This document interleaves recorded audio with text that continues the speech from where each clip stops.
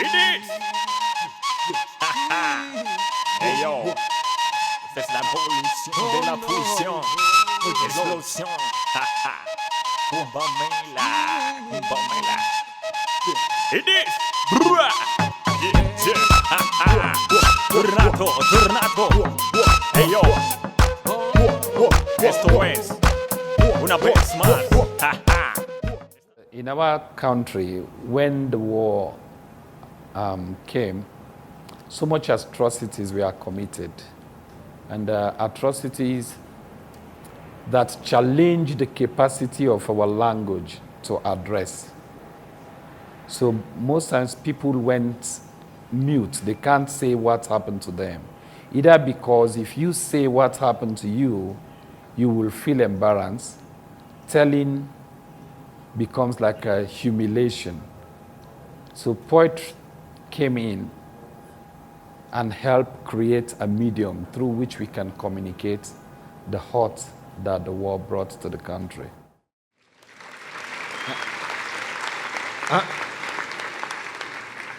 Thank you. After they will have disemboweled the land and reap her entries like a hyena will do to a prey. After they will have exhumed the ore and gold in her womb and leave a trail of tombs. After they will have extracted the bauxite and leave a gaping wound in our cocoa farm. After they will have moved our village from its ancestral anchor to a desecrated part of the forest. After they will have exhumed our ancestor, leaving us to endure the wrath of a scorned spirit. After they will have mutilated the genitals of our culture, leaving us to bleed like an open sore. After they will have erased all our taboos and limitations, leaving us bare like barefoot dancers on embers of fire. After they will have raped our dignity and robbed our integrity, leaving us draped in self-deprecation. After they will have turned the lost forest to a wasteland and leave a barren land to vomit our seeds. After they will have left to celebrate their gains while we cringe in pain. After they will have polluted all our sources of water, and we are left to echo the cry of the ancient mariner, water, water everywhere, not any drop to drink. After they will have left our Rokel River as a burning inferno like the Cuyahoga River, and we are left at its banks spitting spittle to quench the fire. After they will have poisoned the air we breathe, and we are left gasping for breath in pockets of air. After we will have stopped the bickering about our differences and see the uniformity of our tragedy.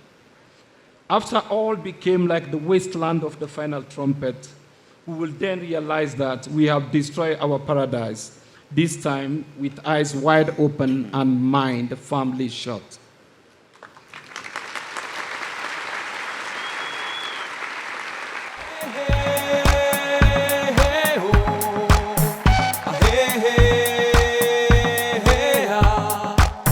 Hope is that which sustains us as a people.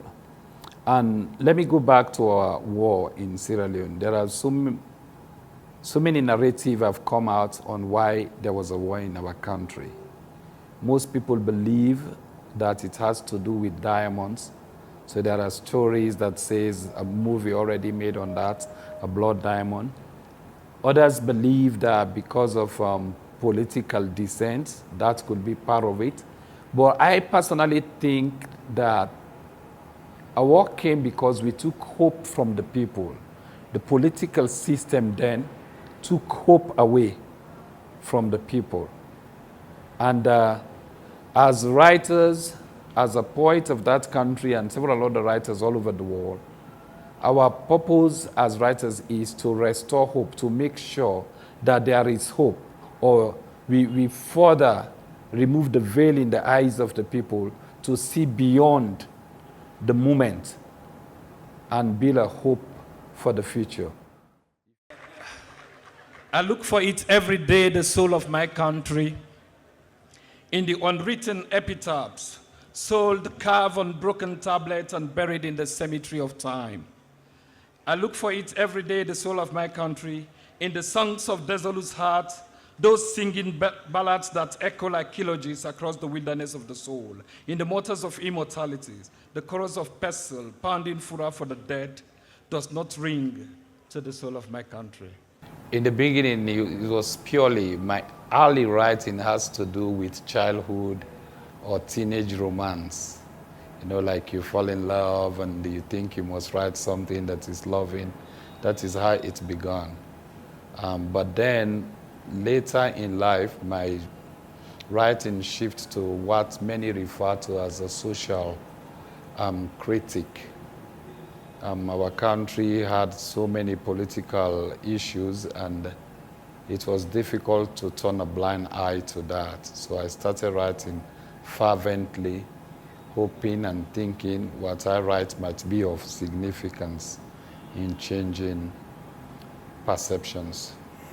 I look for it every day, the soul of my country, rivulets of sweat gushing from the brows of proud men, and the groans of women dying in childbirth mirrors not the soul of my country. In the last breath of the unborn, I look for the soul of my country as hoes digging their graves, drown the cadence of politicians singing their wanton dirges of promises. In the earlier days, we are basically raising a flag against what I perceived then as the ills of our society. And mostly all my writings in the early years were a direct critique to a political system we had then, in which the country had a single political party, no other opinions from any other person are tolerated. And even if you are a playwright, you write a play and you are about to have it performed in a theater, you will be asked to submit it to what was called a censor board. This censorship board looks at the play, give it a certificate before you performed it. Basically, we were writing at a time when the voices of the people were silenced. You are not to talk. And if you talk, your freedom after talking might not be guaranteed. So that was why during that period it was mostly political writing, yeah. The fluttering feet of infants, bruised for a pail of water, beckons to me. I look for the soul of my country in their steps.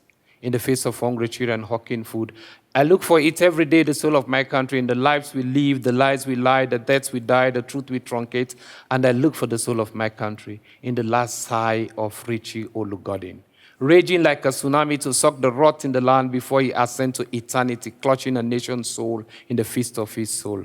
Richie, are you the soul of my country? Because from memory, you'll be able to determine the path you carve for your country. If you forget what happens to you because you have a selective memory or you choose to forget that which is important, you are bound to repeat history. And as a great writer, Santayana, once said, history, when it is repeated at the first occurrence, it is a comedy. The second time, it is a tragedy. I look for it every day, the soul of my country, in the dance of the sampa, the mask of the faului, the bar of the matoma, the stroke of the artist's brush, and the lamentation of the poet. Are you the soul of my country? One day, I will stitch the 50 patches of the palette into one soul. I will wear it like Ashobi and dance the Gumbe dance for the soul of my country. I perceive a poet as somebody who communicates with the language of the soul. Poetry is a language of the soul. And the language of the soul has an inherent truth about it. And that truth stands out when it comes to evaluating the morality of a society, when it comes to shedding light to the ills of a society. Possibly, that is why there has always been a conflict between creative people and politicians.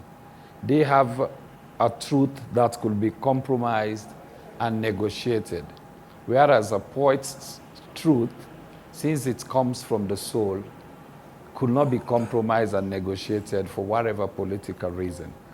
Until that day dawns, I will look for it every day, the soul of my country, in the Sokoban's gong beat, in the tolling church bells, in the echoes of the azan at dawn. The soul of my country is silent. A thunder has drowned a song, and the smell of our sweat reeks of the toil on an arid soil, while despair minds its cuts on their faces. I look for it every day, the soul of my country. I just found it in the penury of its pain.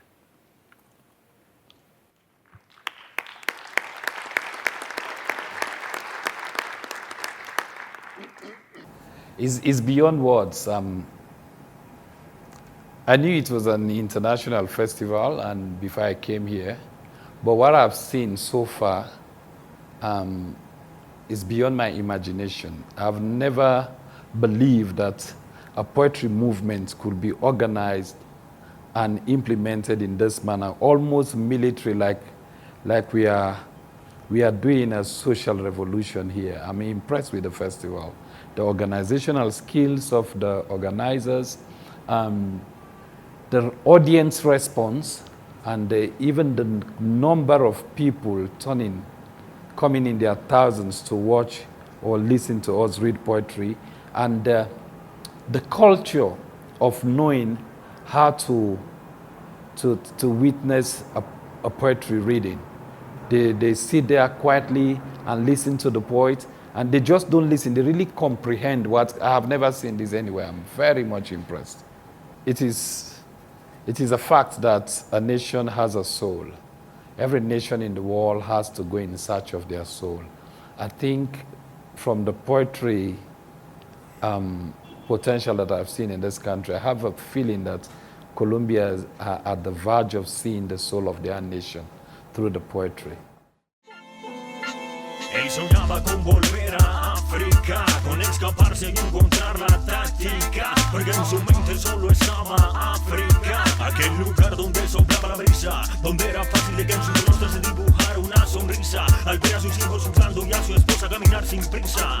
Él quería salir volando lejos, allá donde estaban sus viejos, sus dioses, sus costumbres, sus ancestros, a quienes les pedía lo liberaran de este secuestro, encadenado, sometido y obligado. Días y largas jornadas de trabajo forzado, despertaba de nuevo dándose cuenta que era un esclavo. Perturbaban sus oídos el sonar de las cadenas, lágrimas que brotaban recordando historias viejas. Sus días pasaban trabajando sin pago alguno, esclavizado por ser de casta como negro puro, de gran vigor y fortaleza para el trabajo duro. Pencos era su nombre, quien en los barcos negreros vio morir a muchos hombres, a muchos hombres.